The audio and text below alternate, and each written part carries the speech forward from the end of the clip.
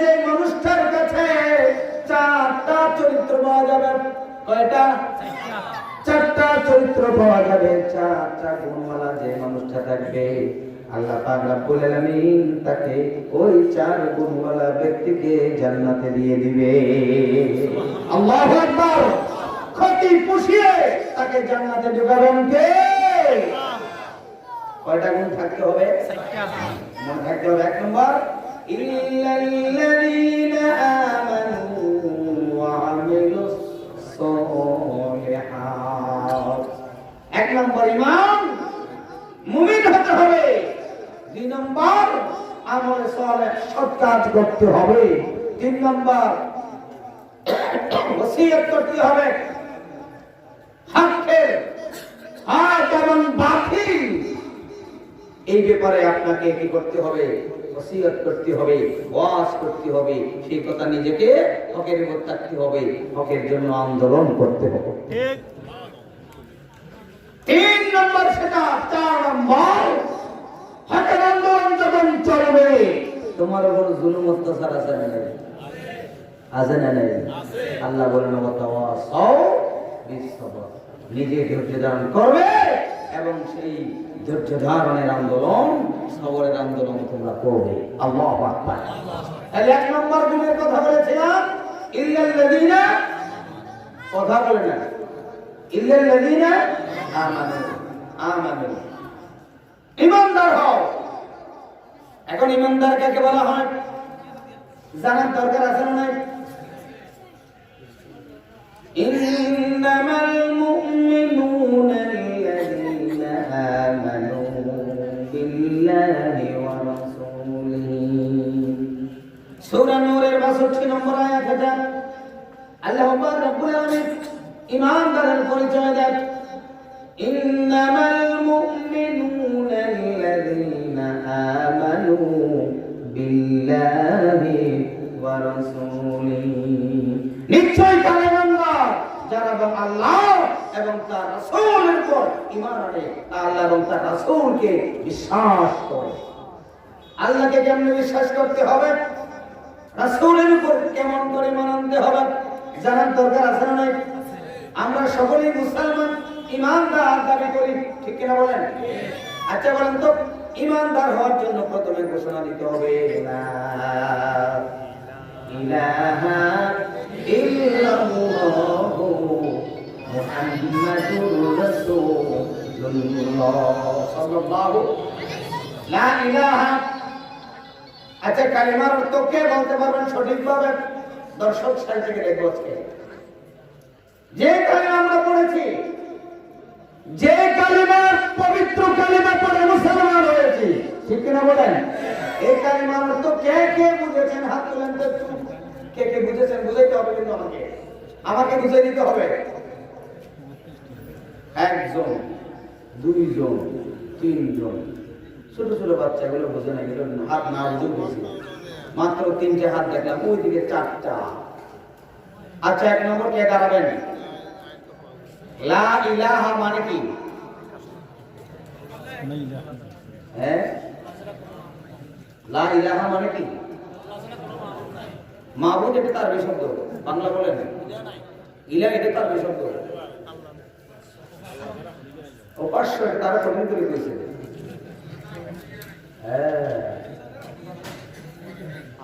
বাংলা যত কিতাব আছে সব জায়গায় লেখা আছে লা ইলাহা মানে কোন ইলাহ নাই। ইলাহ মানে কি? ইলাহ মানে ইলাহ লিখলেন কেন? আর জায়গায় লেখা আল্লাহ ছাড়া কোনো মাবুদ নাই, উপাস্য নাই। উর্দু কিতাবগুলো দেখলাম, সেখানেও লেখা আছে अल्लाह की बात और कोई इला नहीं। इला का माना क्या है बताओ? इला माने क्या कहना है? इला शब्द रखते हो जाने আমরা মুসলমান হয়েছি, কালাটা বুঝে তো আজকে যদি কালিমা বুঝতাম তাহলে আজকে আমাদের উপর পাথর আসতো।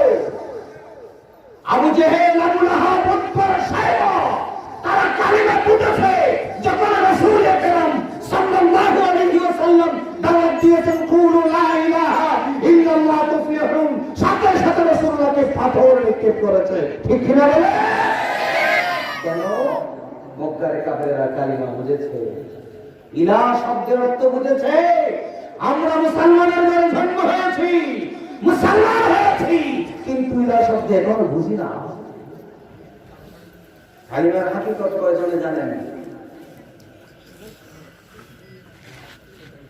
কালিমার হাকিকত জানেন? যে আমরা যে কালিমা তাইয়্যিবা পড়েছি এটার হাকিকত কয়জনে বুঝেছি? না। আল্লাহ তাআলা ইলাহুন মানে উলুহিয়ত থেকে ইলাহ, ঠিক না? উলুহিয়ত থেকে না,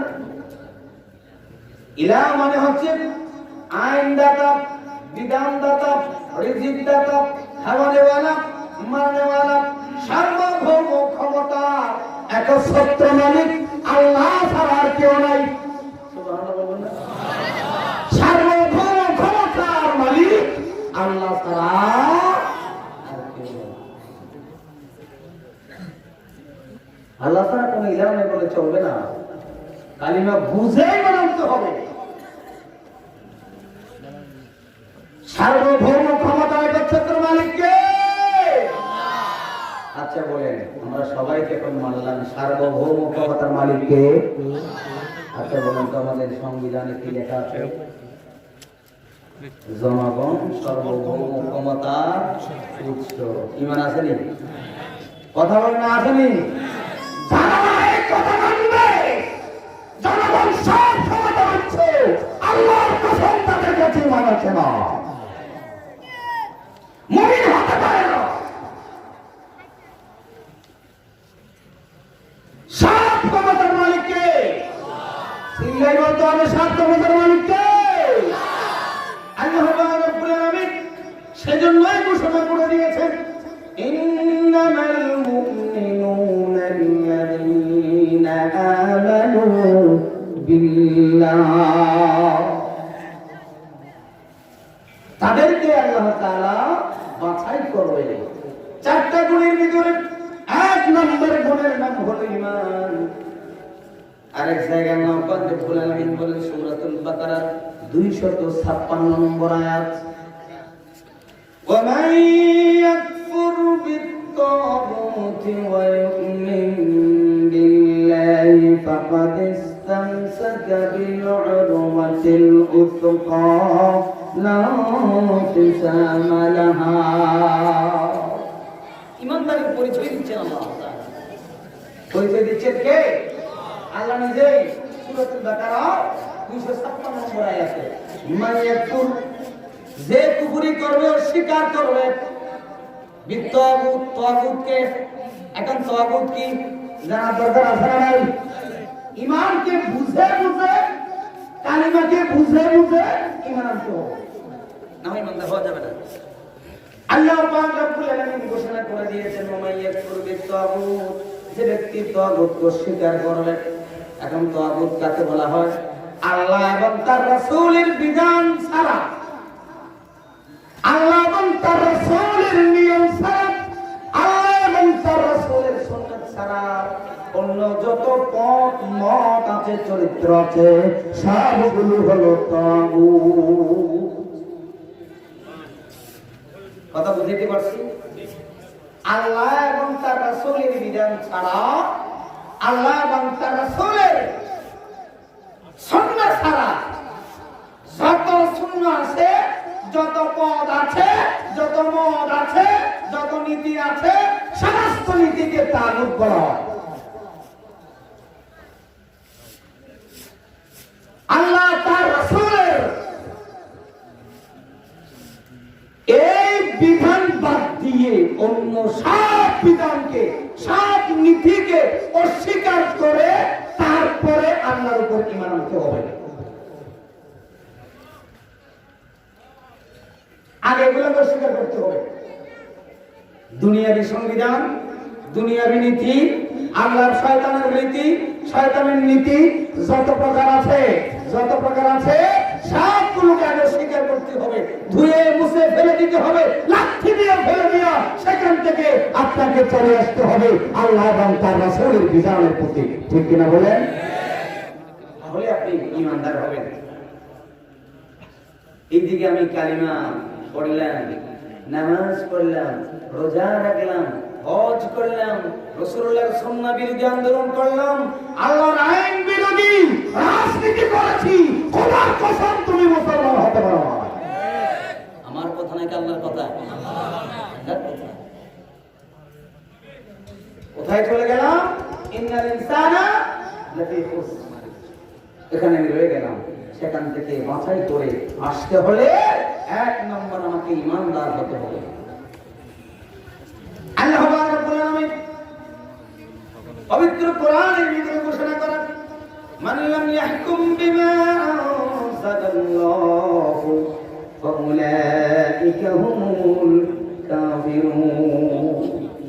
আরেকটা আয়াতে বলছে একই সূরার একই পৃষ্ঠার ভিতরে, মান লাম ইয়াহকুম বিমা আনজালাল্লাহু ফাউলাইকা হুমুজ জালিমুন।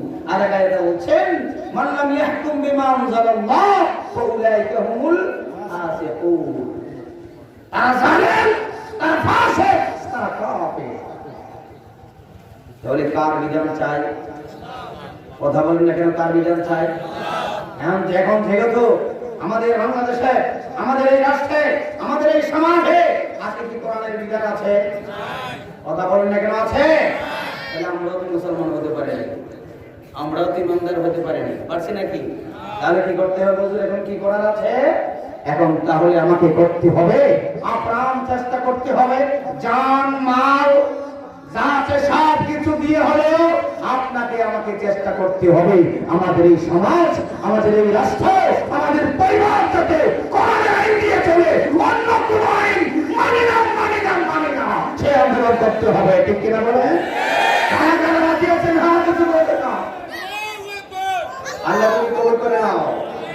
এই আন্দোলন আপনাকে আমাকে করতে হবে। ফরজ নামাজ যেমন ফরজ, রোজা যেমন ফরজ, হজ যেমন ফরজ, যাকাত যেমন ফরজ, অনুরূপ ভাবে যে কোরআন দিয়ে, যে আয়াত দিয়ে নামাজ ফরজ হয়েছে, এই আইন দিয়েই, কোরআন দিয়েই এই আন্দোলনকে আল্লাহ ফরজ করে দিয়েছে। আল্লাহু আকবার।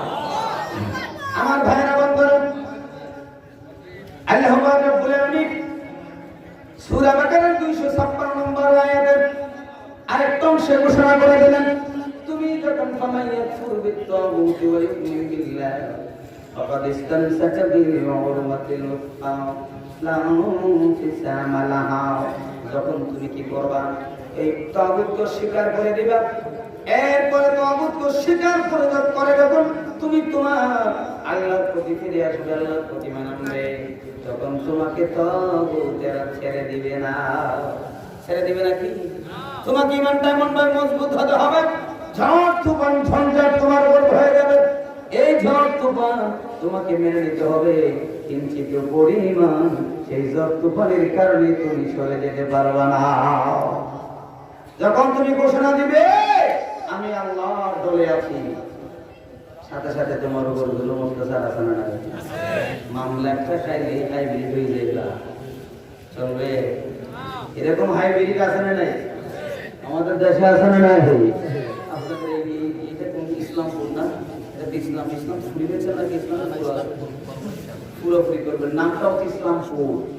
ইসলামপুর মানে ইসলাম দিয়ে ভরপুর হয়ে যাবে ইনশাআল্লাহ। রাজি আছেন তো আমার ভাইরা বন্ধুরা?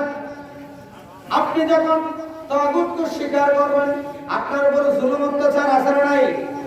সহ্য করতে পারবেন তো? রাজি আছেন তো? হ্যাঁ, এখন কথা বলেন।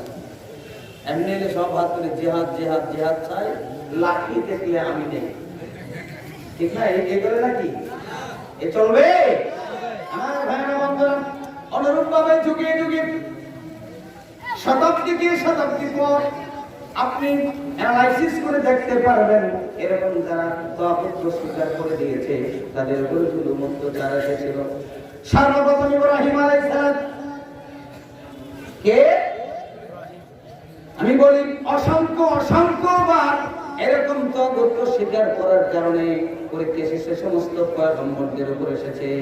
ইব্রাহিম আলাইহিস সালাম কে যখন আল্লাহু আকবার, ইব্রাহিম আলাইহিস সালাম যখন ঘোষণা করলেন ইন্নী ওয়াজ্জাহতু ওয়াজহিয়া লিল্লাযী ফাতারাস সামাওয়াতি ওয়াল আরদ হানিফান ওয়া মা আনা মিনাল মুশরিকিন। আযানা নাই এই দোয়াটা, এই কোরআনের আয়াতটা এখানে নাই, আছে কি লেখা বলতে কিন্তু কথাই বলে না, মনে হয় একেবারে কি হয়ে গেছে। এই দোয়া এখানে আছে নি? অন্তত নামাজের আগে তো পড়েন আপনারা, ঠিক না? রাসূল আকরাম সাল্লাল্লাহু আলাইহি ওয়াসাল্লাম এই দোয়া নামাজের ভিতরে পড়েছেন। আমরা এটাকে আগে নিয়ে এসেছি, আগেও পড়েছেন আছে। তবে রাসূল আকরাম সাল্লাল্লাহু আলাইহি ওয়াসাল্লাম তাকবীরে তাহরিমা দেওয়ার পর বেশি বেশি এই দোয়া পড়েছেন। আল্লাহু আকবার। এই দোয়া সর্বপ্রথম পড়েছেন কে? ইব্রাহিম আলাইহিস সালাম। কে পড়েছেন? ইব্রাহিম। কথা বলেন। আমাদের জাতির পিতা ইব্রাহিম আলাইহিস সালাম সর্বপ্রথম এই দোয়া পড়েছেন। লম্বা ঘটনা সেদিকে যাব না। ইব্রাহিম আলাইহিস সালামের মা তাকে জন্মগ্রহণ করেছেন, প্রসব করেছেন পাহাড়ের গুহার ভিতরে, ঘরে করতে পারেনি। সেই জামানার রাষ্ট্রপ্রধান নমরুদ একটা স্বপ্ন দেখেছিল। ইব্রাহিম নামে একজন সন্তান জন্মগ্রহণ করছে। সে জন্মগ্রহণ করে পড়লে পরে তোমার রাজত্ব আর থাকবে না, ভেঙ্গে চুরমার হয়ে যাবে। সাথে সাথে ঘোষণা দিয়েছে যত পুরুষ সন্তান জন্মগ্রহণ করবে সবাইকে জবাই করে দাও। ইউযাববিহুনা বিআবনাইকুম ওয়া ইস্তাহইয়ুনা নিসাআকুম। নারীদেরকে জীবিত রাখো, পুরুষগুলোকে হত্যা করো। সেই ভয়ে ইব্রাহিম আলাইহিস সালামের মা তাকে প্রসব করেছে কোথায়? পাহাড়ের গর্তের ভিতরে। লম্বা ঘটনা, 17 বছর পর্যন্ত এক তাফসীরের ভিতরে এসেছে 3 বছর, আরেক ব্যাখ্যা এসেছে একটানা 17 বছর পর্যন্ত ইব্রাহিম আলাইহিস সালাম গর্ত থেকে বের হতে পারে নাই। গর্তের ভিতর ছিলেন। রাতের অন্ধকারে মা এবং বাবা, অনেক লম্বা ঘটনা। মা বাবা সেখান থেকে গিয়ে গর্ত থেকে বের করে আনলেন। গর্ত থেকে বের করেই 17 বছর পর্যন্ত একটা যুবক হয়ে গেছে। 17 বছর গর্তের ভিতরে অবস্থান করেছে। জন্মের পর থেকে গর্ত থেকে বের হয়ে আকাশে কি দেখতে পেলেন? ফালাম্মা রাআল কামারা বাযিগান ক্বালা হাযা রাব্বী। গর্ত থেকে বের হয়ে তার মালিককে খোঁজা শুরু হয়ে গেছে। সুবহানাল্লাহ। এটাই আমার রব। যখন সেটা চলে গেল, ফালাম্মা ফালা ক্বালা লা উহিব্বুল আফিলিন। তো পালিয়ে গেল। আমার রব তো পালাতে পারে না, দুনিয়াবি কোন নেতা নয়, বিপদে পড়লে বহিষ্কার করবে দল থেকে, সেরকম নেতাও আছে না?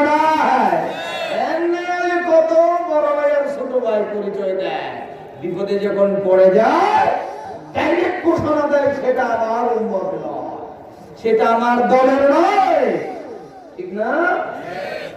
ইব্রাহিম আলাইহিস সালাম শিক্ষা দিলেন সেটা। ইব্রাহিম আলাইহিস সালাম বললেন সেটা তো পালিয়ে যায়, যেটা পালিয়ে যায় সেটা রব হতে পারে না। আল্লাহু আকবার। আকাশের তারা দেখেছে, তাকে বুঝে করার চেষ্টা করেছে, না সেটাও পালিয়ে যায়। তারপরের দিন সকাল হলো, পূর্ব আকাশে পুরা পৃথিবীকে আলোকিত করে সূর্য উঠলো। ফালাম্মা রাআ শামসা বাযিগাতান ক্বালা হাযা রাব্বী হাযা আকবার। সুবহানাল্লাহ। এটা আমার রব, এটা সবচেয়ে বড়, পৃথিবী আলোকিত করেছে, এটাই মনে হয় আমার রব। ইব্রাহিম আলাইহিস সালাম আগে ঈমান ঠিক করছেন। সুবহানাল্লাহ। কি করছেন? ঈমান।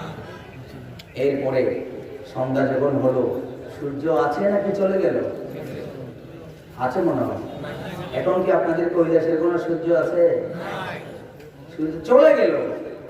তিনি বললেন না, এটাও তো চলে যা, এটা আমার রব নয়। সুবহানাল্লাহ। ইন্নী ওয়াজ্জাহতু ওয়াজহিয়া লিল্লাযী ফাতারাস সামাওয়াতি ওয়াল আরদ।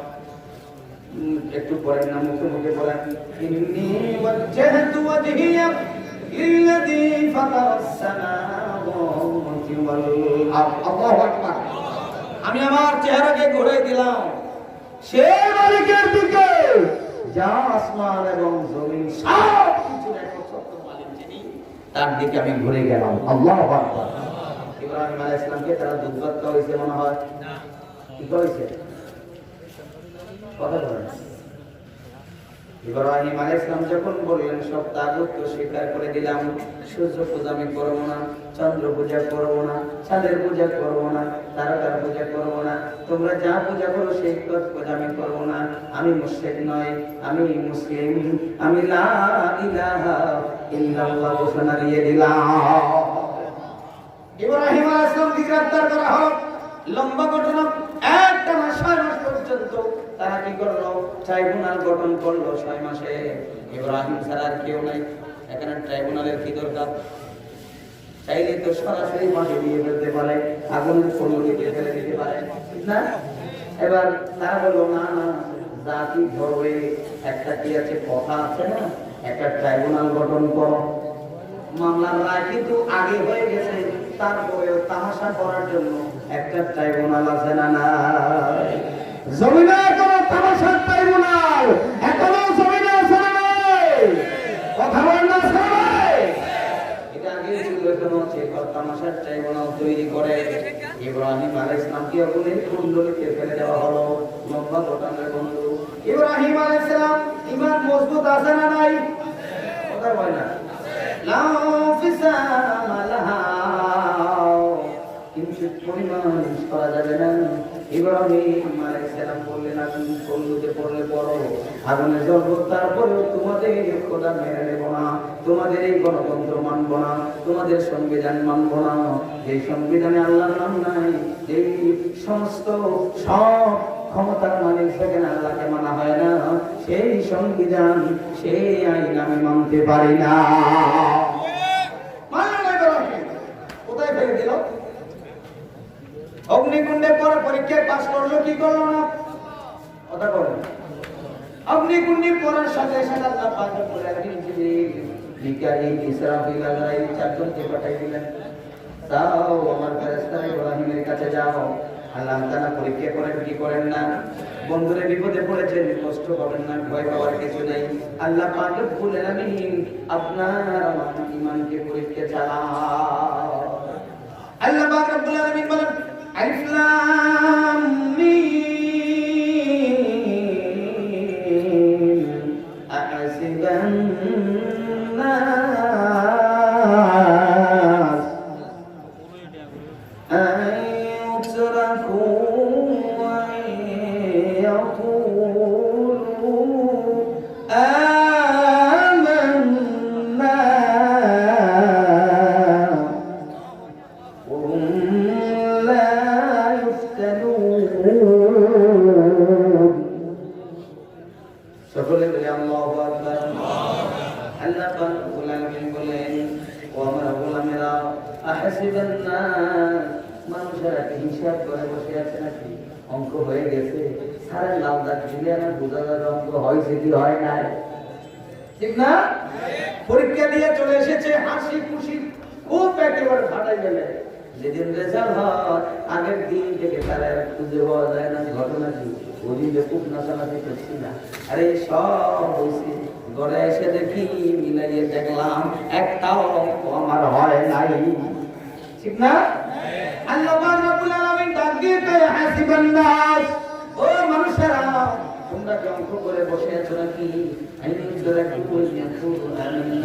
হিসেব করেছো তুমি ঈমান আনছি বললে তোমাকে ছেড়ে দেওয়া হবে না? না না, তোমাকে ছেড়ে দেওয়া হবে না, তোমার ঈমানের পরীক্ষা আছে না? না, বিদ্যুৎ লাগাইলে হবে না, টেস্টার দিয়ে চেক করতে হবে বিদ্যুৎ আছে নাকি নাই, ঠিক কিনা বলেন? ঠিক কিনা বলেন? আমার আল্লাহ পাক রব্বুল আলামিন বলেন, তোমার কাছে ঈমানের বাতি আছে কি নাই সেটা আমি টেস্ট করে দেখবো, পরীক্ষা করে দেখবো। আমার বন্ধুরা ভাইয়েরা, ইব্রাহিম আলাইহিস সালাম যখন পড়ে গেল অগ্নিকুণ্ডলীর ভিতরে, তখন আল্লাহ চারজন ফেরেশতা পাঠিয়ে দিলেন, যাও এক একজনের এক এক দম। জিবরাইল আসলেন, দেখছেন আমার সমস্ত ফেরেশতা কি আমি গিরা আমার পাতা থেকে একটা বাতাস করুন, আগুন শুদ্ধ পানি নিয়ে যাবে বাতাসে। কি লাগবে আমার কম? ইব্রাহিম কই, তুমি কি? আমি জিবরাইল, কি খোদার গোলাম, আমি খোদার গোলাম। গোলাম কোনদিন গোলামকে সাহায্য করতে পারে না। সুবহানাল্লাহ বলেন না? আজরাইল ডাক দিয়ে কয়, ইব্রাহিম, আমি আজরাইল এসেছি, আমি প্রাণ নিয়ে যাই, তুই আমার কাছে প্রাণটা বিক্রি চা। এই প্রাণ দেওয়ার মালিক কে? কথা কয় না, প্রাণ দেওয়ার মালিক কে? ইব্রাহিম বলে, তোরে প্রাণ দিছে কে? দেখছেন পরীক্ষা, ইমানের পরীক্ষা আছে না নাই? আজরাইল ডাক দিয়ে কয়, ইব্রাহিম দেখো, আমি প্রাণ নিয়ে যাই, মানুষের প্রাণ হরণ করি, তুই আমার কাছে প্রাণটা বিক্রি চা। আল্লাহ তো তুই এক ফকির, আমি এক ফকির, তোরে আল্লাহ প্রাণ দিছে, আমার আল্লাহ প্রাণ দিছে। ফকিরে কোনোদিন ফকিরকে সাহায্য করতে পারে না। প্রাণ দেওয়ার মালিক কে? আজকে আমাদেরকে মুশরিক বানাতে চায়, ষড়যন্ত্র করে তারা তাই বলা করে ফাঁসির রায় দিয়ে আবার আমাদেরকে বলে প্রাণ বিক্রি চাও। ঠিক কিনা বলে? ঠিক কিনা বলে? প্রাণ কি রাষ্ট্রপতি দিতে পারে? কত রাষ্ট্রপতি আছে, মরছে কি মর নাই? রাষ্ট্রপতির জহরুল সিঙ্গাপুর চলে। আমি কই, কিরে রাষ্ট্রপতি, তুমি সিঙ্গাপুর যাও কেন? তুমি না হাজার মানুষের প্রাণ দাও, প্রাণ ভিক্ষা দাও, 2-4-5টা প্রাণ তো তোমার পকেটে রাখতে পারো, ঠিক না? তুমি মরবা না, থেকে দাও, কয়েকটা প্রাণ ডুবে দাও। যারা বলে রাষ্ট্রপতি প্রাণ দিতে পারে, প্রাণ দিতে গেলে খোদার কসম তারা মুশরিক, কখনো তারা মুসলমান হতে পারে না। আমাদের কি কয়, প্রাণ দিতে চাও, চাইছি নাকি? ও কথা বলে না, চাইছি নাকি? আমাদেরকে যারা শিক্ষা দিয়েছেন জাতির পিতা ইব্রাহিম, জাতির পিতা কে? কথা বলে না, জাতির পিতা কে? ইল্লাতি আবিকুম ইব্রাহিম। জাতির পিতা কে? আমি বলছি নাকি আল্লাহ বলছে? আল্লাহ ছাড়া, আল্লাহর কথার বিরুদ্ধে অন্য কেউ যদি বলে ইব্রাহিম ছাড়া অন্য কেউ জাতির পিতা, খোদার কসম তার ঈমান নেই। জাতির পিতা কে? চিল্লায় বলেন, জাতির পিতা কে? জাতির পিতা ইব্রাহিম, আর গুলা সব ঘোড়ার দিকে। বলেন, জাতির পিতা ইব্রাহিম, কথা বল না কেন? জাতির পিতা ইব্রাহিম, আর গুলা সব ঘোড়ার দিকে। জাতির পিতা কে?